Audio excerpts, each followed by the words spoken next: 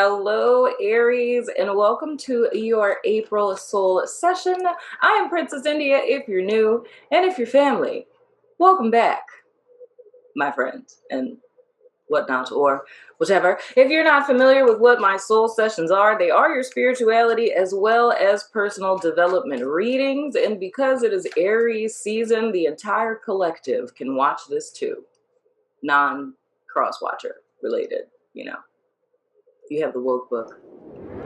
You know what I mean? So anywho, we do these to give you guys an overall energy of what you guys may be experiencing this month, as well as any insights or advice or guidance in reference to any challenges that we may face for this particular month, as well as Aries season for the collective, my friends. So anywho, we're going to go ahead and jump right in. Whoa, to you guys reading. All right, I'm using the After Tarot. Those of you who've been here for some time know I do not read these cards in the reverse because the entire deck is already in the reverse, you know what I'm saying? And I like to respect the authors of these here decks, you know. Making a tarot deck is no easy feat, you know. But a whole bunch of cards fell out. All of the ones on my table are face down. I'm not going to take those, but these two are the ones that came out. And that is the 10 of cups and the 9 of swords. I tried, you know, my autofocus just doesn't like me. It never has. Anywho, but we have the 10 of cups and the 9 of swords. So here's the deal. I feel more or less you guys are coming into the month of April on a high note, if that's making sense. And I'm just going to be honest. The first thing that comes to mind for me for this is, gosh, hold on. I got to figure out how I say this so the algorithm bots don't get me. A lot of people got the V thing that rhymes with magazine, right? For the thing that happened that affected everyone in 2020. Hopefully you guys understand where I'm going with that. But because things are opening up and because of the V thing, you know, I feel with this 10 of cups, this is more or less speaking to like a collectivist kind of energy. So I feel that that's really more or less you guys having the ability to, you know, socialize with other people. You're able to connect with your family because, you know, maybe you got the V thing, you know, or they did, or, you know, something along those lines. So it's more of a family oriented, you know, I don't want to necessarily say celebration, but it could literally just be like a little gathering or party or went out to dinner or whatever. So it's coming into the month of April on a high note. However, with this 9 of swords here, it's more or less an instant shift. So it's coming in on a high note, but coming into April as well, it's kind of something I feel that being able to reconnect with people. Whoa. Okay. We have the World card and the 4 of swords that came out. Okay. So I feel it's more or less coming in on a high note. With this 9 of swords for me represents as something that's going back to March. In the bigger picture of things, it's the intention of this thing resurfacing more or less is the need for you guys to slay a proverbial demon in your life. Now, if I were to be specific of what that is, you know, specific as I can be in a general reading, this more or less is something you guys were worried about, something you were stressing about in the month of March. And for some of you, it could go all the way back to literally the beginning of the year. But it's more or less like a monkey on your back, so to speak, right? But I feel that this was a temporary reprieve, kind of reconnecting with people, was a temporary reprieve from that. But it's almost like I would literally say this would be like in the first week of April. Whatever this is that you may have forgot about or got a reprieve from, it's coming back, right? But the reason for that, and this kind of reminds me of the energy that you guys had in March. I had to change the name of the reading because it scared people too much. But literally, because I said something along the lines like the past coming to bite you back in the butt, right? But the thing is, I wasn't saying that in the context of like literally the past coming back to bite you in the butt. It's exactly what I'm seeing in this Nine of Swords, which is something that's unfinished business. It's something that you guys need to tie a loose end on. And it's something I think you guys have been procrastinating or putting off dealing with for whatever reason, you know? And it's more or less, even with this temporary reprieve, once again, and it doesn't necessarily have to be the thing manifesting to you or anything like a person coming to you, but I feel it's literally in your thoughts. It's whether it's you have a dream about it, or, you know, one night you're dealing with insomnia, you can't sleep and you keep thinking about this thing. The reason why this is happening is because with this world card is more or less saying that you guys are going into a new energetic cycle. Now, what I feel like this means specifically is because it's Aries season. So a lot of you guys' birthdays are coming up. Some of you guys' birthdays by the time you watch this will have passed. Happy birthday to you, my friend. And I just remembered that one of my members' birthday is today. So happy birthday, Alex. Shout out to you. But so some of you guys' birthdays may have passed. And those of you, again, who've been with me for a while know that I absolutely love solar returns, you know, AKA your birthday, right? So more or less, I look at solar returns as a time that's almost equivalent to what, you know, society makes New Year's Eve, right? So you're looking to where you were this time last year for your birthday, right? Looking at the things that you aspired to that you may not have achieved. So it's kind of like doing a pros and cons list on your life a little bit, right? So it's seeing what have you achieved, what have you not achieved, what things did you aspire to that you haven't accomplished, congratulating yourself for the things that you have, and most importantly, tying those loose ends of things that are no longer serving you, right? And I also feel the need to say with this too, that with the world card, we're speaking to fixed signs. So this is Scorpio energy, it's Taurus energy, it's Aquarius energy. Okay, and here's another message. It's a Taurus, wait, let me start all over. It's Scorpio energy, Taurus energy, Aquarius energy, and Leo energy. But the other message I got as I was saying that is, and, you know, apply this as you may, if you were to look to, the first message would be these seasons in the course of the last year. So looking back to Scorpio season, which would be, you know, end of October, early November.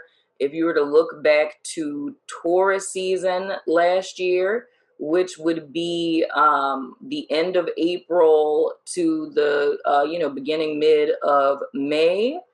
If you were to look to Aquarius season, which is the most recent aside from Scorpio, which would be the end of December, if I'm not mistaken. No, the end of middle to the end of January into the beginning of February, to the middle of February. And then Leo season, which is the middle of July into the middle of August, right, of 2020. So somewhere in that time frame. And I think for others of you, if there's people who are prominent figures that you have unfinished business with, that are Scorpios, that are Tauruses, that are Aquarius people, or that are Leos, this would be speaking directly to that, if that is making sense, my friend. For others of you, I would even say if there's, man, I'm getting a lot from this. Whew, all right. I thought it was one message, now it's multiple. For others of you, this would be speaking to specifically to this unfinished business that you guys are tasked with closing out to prepare for this new cycle in your solar return and all these good things.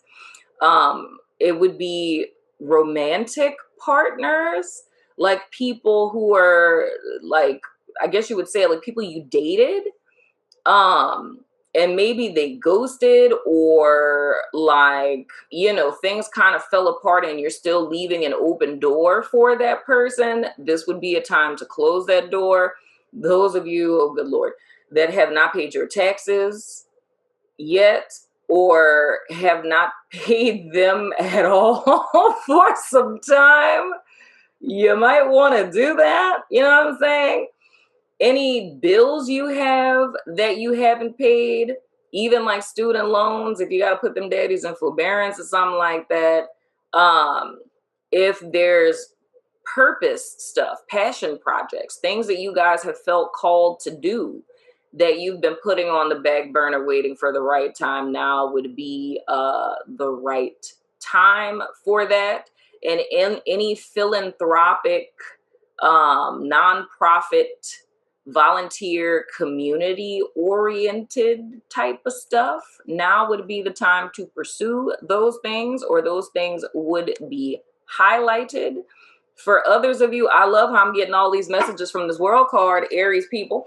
For others of you, now would be a good time, if you've been putting off seeing like a therapist, right? Now would be a good time to start doing that. And you guys know, or should know, that I'm sponsored by BetterHelp.